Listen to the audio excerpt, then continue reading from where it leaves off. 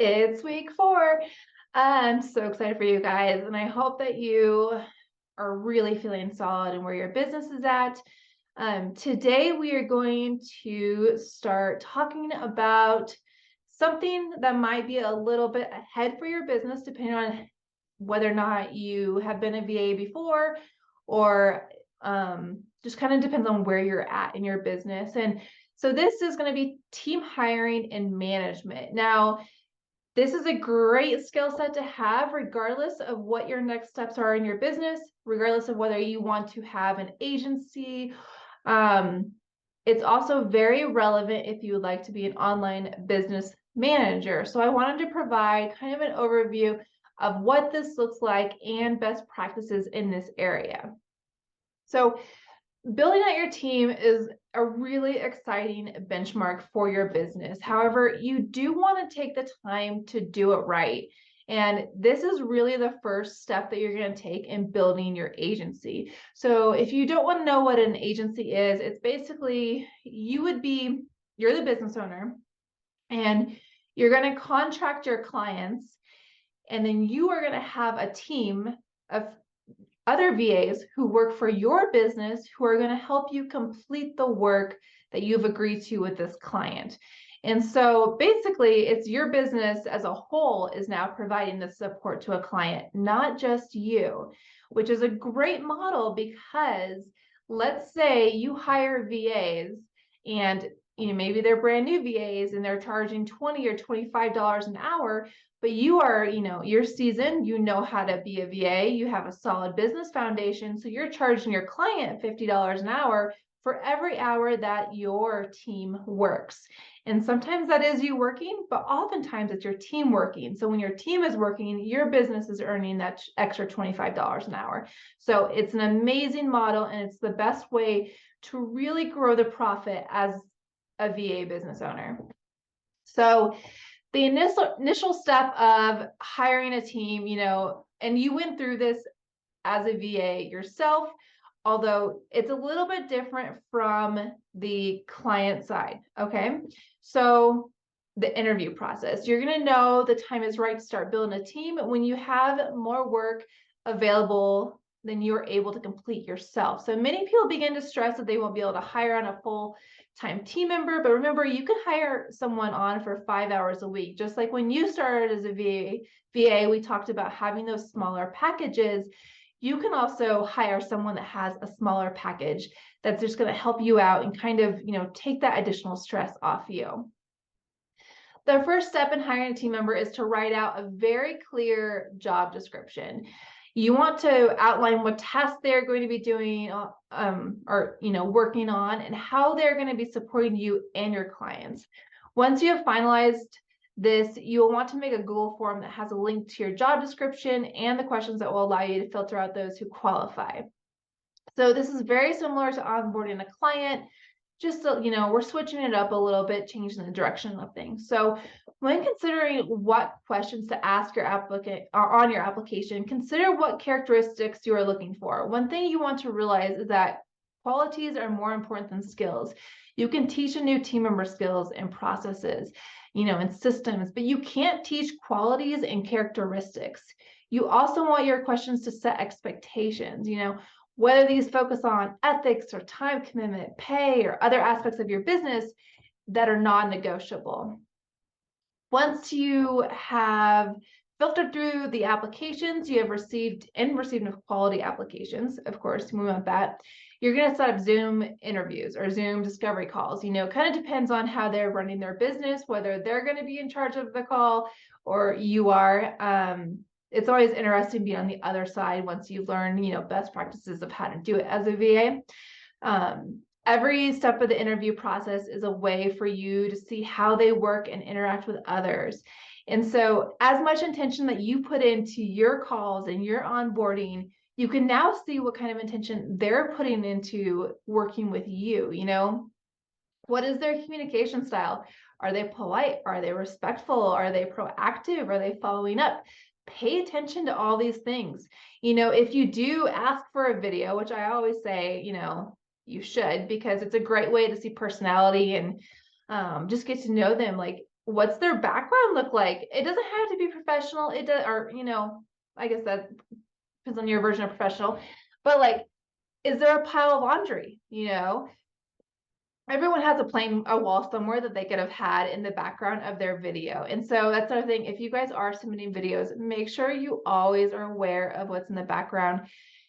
Try to look nice. Just throw on a sweater. They don't know what you're wearing. Just look professional to an extent. And that's what I expect when I recruit VAs, whether it's for my team or for my clients, I want them to look professional. And then you can also give them a homework assignment with a due date to help assess their quality of work. If they're someone that you're just on the fence with, be like, hey, like, I'm just curious. I would love to see how you would handle this situation.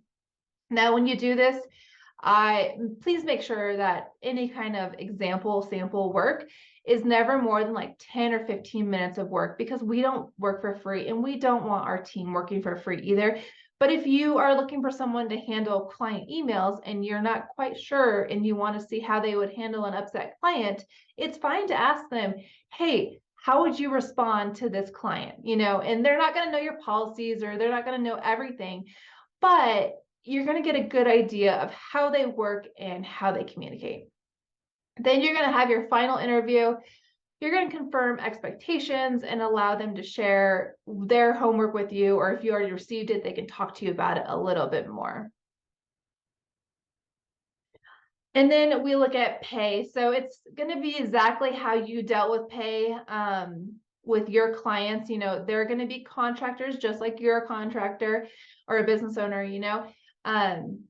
and you can either, in the back of your mind, you obviously have the rate that you want to pay. We do want to honor them and see what rate they would like to charge. However, a lot of VAs don't know the best practice here, and they're going to basically look at the rate on your application, and that's the rate that they're going to give you. And if that's what is in your budget, then that's great. And one thing here, though, is I still want them to invoice you just like you invoice your clients. And so if they don't realize they need to invoice you, make sure that you make that clear, and you can even provide a template if you want, just so that you have that documentation and the protection. So a good rule of thumb with any kind of, when you have a team that's helping you provide client support, is that you're going to pay them 50% of what you receive from your client for that work. So if you're charging the client $40 an hour, you pay the team member $20 an hour. And this is going to help cover the cost of your time, your business expenses, but it's also going to help you grow. We never want to pay our VA too little, because we want to respect them and honor them and help them grow as a VA as well. But we need to, cover the business, right? And so if you are working for an agency, just know this is what they are doing. So if you're working for an agency and they're paying you $25 an hour, know they're paying that client $50 an hour. And if you do the work to get your own clients, then you could charge $50 an hour. So something to keep in the back of your head. And then, just like I want you to have a contract between you and any client you have, I also want you to have a contract between you and any team member you bring on.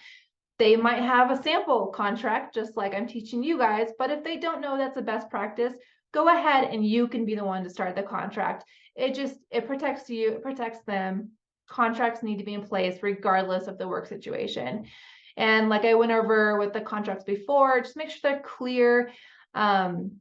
And one thing here is to look at your current contracts with your client, and you do want to put some language in there about your team being able to also help you with the work. And I can provide a sample of what that language can look like, just so that you're covered in case a team member makes a mistake or something like that.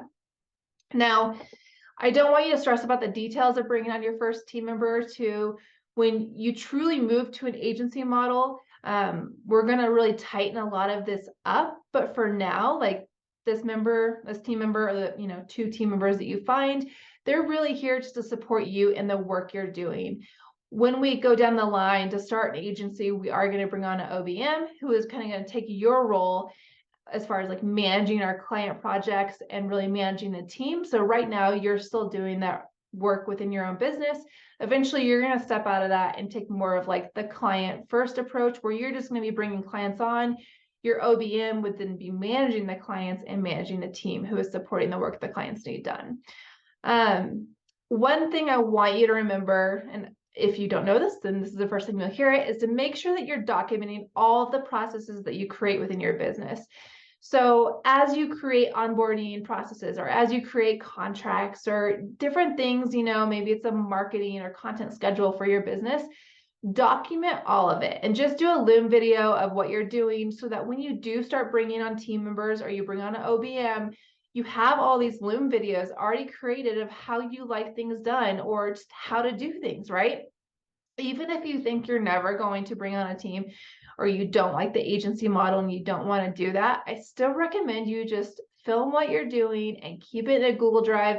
It doesn't take you any, it takes like 5 seconds to grab the Loom link, but it's really going to set you up for success if you end up wanting to scale your VA business into any kind of, team or agency model. So I would encourage you to start documenting your processes now. It doesn't have to take a ton of time. Like I said, Loom or Zoom, or just do a screen record, save those as files in a Google Drive somewhere. Don't have to look at them again.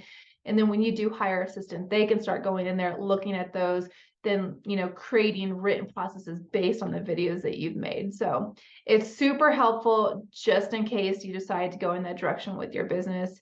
And it's going to save you so much time when you onboard new team members and you're not really sure what to train them on. You can just have them start watching those videos. So I know team hiring and management really isn't there for you yet if you're just starting your VA business and this is week 4. However, even just being aware of what this process could look like for your clients is really key, and understanding best practices.